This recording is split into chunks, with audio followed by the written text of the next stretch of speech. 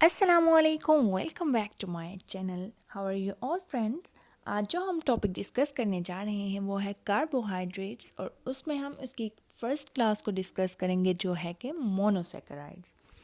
तो वीडियो को स्टार्ट करने से पहले अगर अभी तक आपने मेरा चैनल सब्सक्राइब नहीं किया तो सबसे पहले मेरा channel educational and technical word को सब्सक्राइब कर लीजिए और बेल आइकन को ज़रूर प्रेस कीजिएगा ताकि आने वाली तमाम वीडियोस आप तक ज़रूर पहुंच सकें।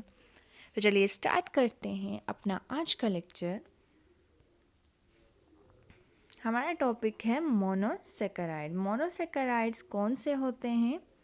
मोनोसेकेराइड्स जो होते हैं, name mono mean one, and इसका मतलब है कि ये सिंपलर होते हैं, मतलब स्मॉलर यूनिट वाले होते हैं।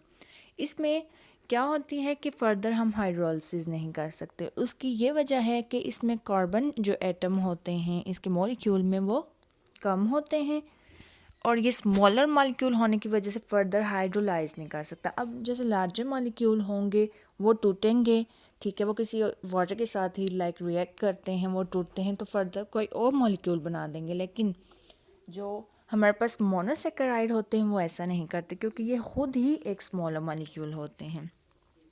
इनको सब डिवाइड किया जाता है कैसे कि ट्राइओज होते हैं, टेट्रोज होते हैं, पेंटोज होते हैं, हेक्सोज होते हैं। ये किसकी बेस पे होते हैं? ये नंबर ऑफ़ कार्बन एटम की बेस पे होता है। जिसमें 3 कार्बन एटम होंगे तो उनको हम ट्राइओज कह देते हैं। जिसमें हमारे पास 4 होते हैं वो टेट्रोज हो गए, 5 पेंटोज हो गए और 6 आगे हेक्सोज वाले।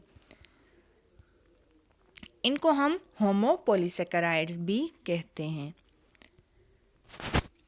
अब हमने उस दिन बात की थी अपने प्रीवियस लेक्चर में कि हमारे पास एल्डिहाइड और पॉलीहाइड्रोक्सी एल्डिहाइड और कीटोन होते हैं कार्बोहाइड्रेट। तो एल्डिहाइड और कीटोन की बेस पर इनमें कौन कौन से मोनोसेकेराइड्स आ जाएंगे? एल्डोटेट्रोज मीन 4 कार्बन वाले कौन कौन से होंगे? उसमें होगा इरेथ्रोज और थ्रियोज। जबकि एल्डो पेंटोज मीन 5 वालों में हमारे पास आ जाएंगे ज़ाइलोज एंड राइबोज। राइबोज कौन सी शुगर होती है? जो डीएनए और आरएनए में पाई जा रही होती है। अच्छा, एल्डो हेक्सोज जो होती हैं मीन उनमें आ जाती हैं ग्लूकोज एंड ग्लेक्टोज। ग्लूकोज को हम आज डिटेल में भी देखेंगे। और इसके अलावा आ जाती हैं keto hexose mean ketone group वाले कौन से हैं? फ्रुक्टोज है, और इसके अलावा डाईहाइड्रोक्सी एसीटोन है। अब ये सब जो नेचुरली अकर कर रहे होते हैं वो डी सीरीज से बिलोंग कर रहे होते हैं।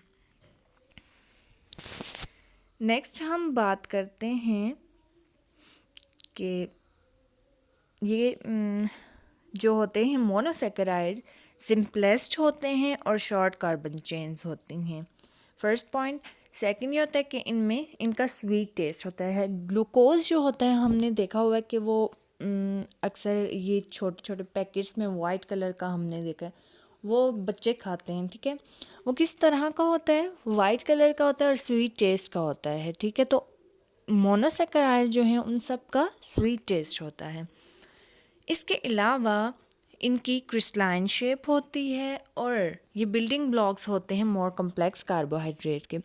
अब हम देखते हैं कि मोनोसेकेराइड की 2 यूनिट्स मिलकर डाइसेकेराइड बना रही होती है, इसकी मैनी यूनिट्स मिलेंगी पॉलीसेकेराइड बना रही होती है। इसी तरह इसकी ही यूनिट्स मिलकर हमारे पास जो है फर्दर कम्प्लेक्स कार्बोहाइड्रेट्स क्रिएट कर रही होती हैं। एग्ज़ाम्पल अगर हम देखें इनकी तो हमारे पास हैं glyceraldehyde, dihydroxy acetone, glucose, galactose, fructose. अब इनकी स्ट्रक्चर हमने देखनी है किस तरह की है। सबसे पहले है हमारे पास ग्लिसरॉल्डिहाइड। ग्लिसरॉल्डिहाइड की कुछ यूँ है, C double bond O, red pen use कर लेते हैं हम, C double bond O bond H bond C और बॉन्ड H.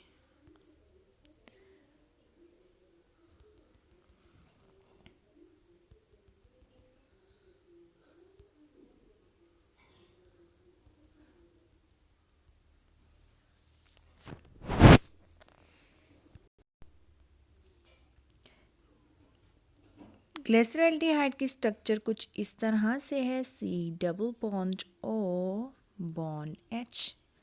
इसमें 3 कार्बन्स हैं तो C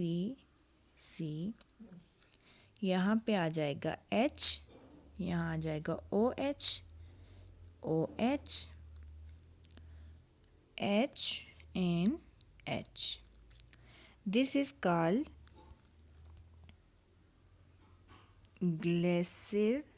ग्लिसरॉल्डिहाइड।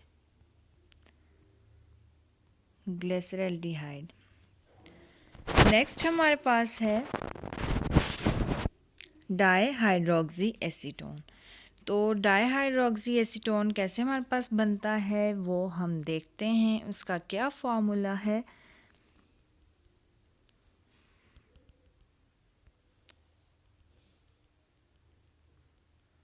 डाईहाइड्रोक्सी एसीटोन क्योंकि कीटोन ग्रुप से बिलोंग कर रहा है तो फॉर्मूला कुछ इस तरह से है, H bond OH bond H, this double bond O bond C bond H, OH and H।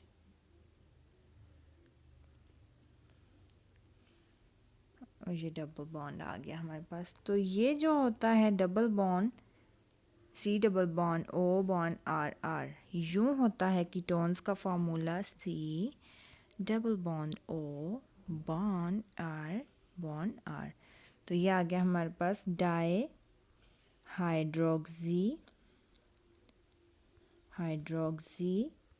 Acetone. Hope you understand this example. Next हम जो डिस्कस करेंगे वो है हमारे पास किसकी स्ट्रक्चर है, ग्लूकोज एंड गैलेक्टोज। वो कुछ यूँ हैं 1 2 3 4 5 6। यहाँ पे तो ये पूरा नहीं आएगा, इसको हम यूँ देख लेते हैं 1 2 3 4 5 6।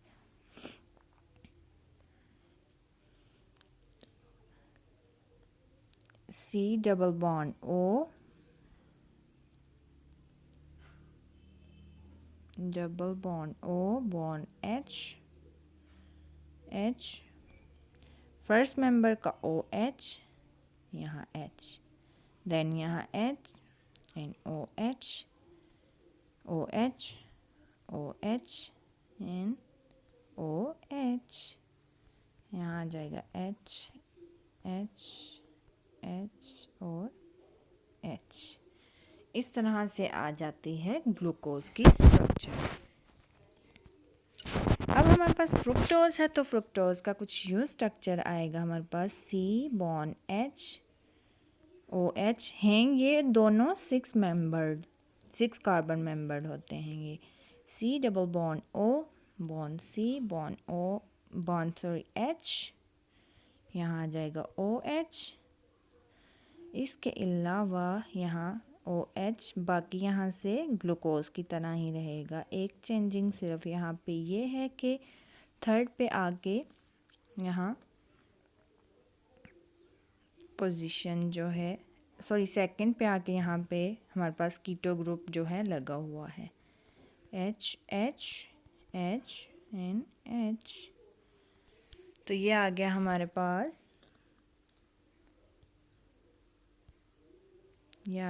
पास किसकी, फ्रुक्टोज।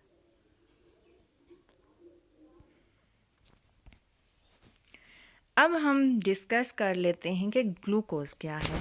ग्लूकोज को 4 नेम दिए जाते हैं। इसको डेक्सट्रोज भी कहा जाता है, इसको हम ग्रेप शुगर भी कहते हैं, इसके अलावा कॉर्न शुगर भी कहते हैं और ब्लड शुगर भी कहते हैं। ये सब नाम देने का क्या मकसद है?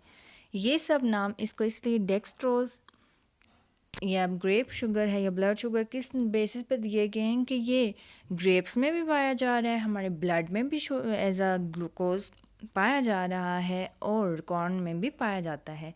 फार्मूला की अगर बात की जाए तो C6H12O6 होता है इसका formula. Manufactured by the hydrolysis of starch with hot dilute mineral acid and by hydrolysis of sucrose। अब देखें यहाँ पे सुक्रोज जब वाटर के साथ मिलता है तो यहाँ पे हमारे पास 2 यूनिट्स बनती हैं। पहला हमारे पास बनेगा ग्लूकोज और दूसरा बनता है फ्रुक्टोज। सुक्रोज के टूटने से ही हमारे पास ग्लूकोज आया और फ्रुक्टोज आया। हाइड्रोलिसिस का मैंने बताया था, कोई भी कंपाउंड जब मिलेगा वाटर के साथ तो वो क्या प्रोड्यूस कर रहा होता है, हमारे पास एक अदर कंपाउंड प्रोड्यूस कर रहा होता है। या फिर स्टार्च है हमारे पास, स्टार्च जब n नंबर ऑफ वाटर के साथ मिलता है in the presence of proton और 393 केल्विन टेम्परेचर होगा, तो यहाँ पे क्या हमारे पास आ जाएंगे n यूनिट्स ऑफ ग्लूकोज आ जाएंगी। तो ये देखें कि C6 है, H10 है, O5 है। यहाँ पे C6H12O6 बनाने के लिए ये 2 हाइड्रोजन यहाँ आते हैं, एक ऑक्सीजन यहाँ आ गया, इनकी काउंटिंग पूरी हो गई और ग्लूकोज की यूनिट बन गई।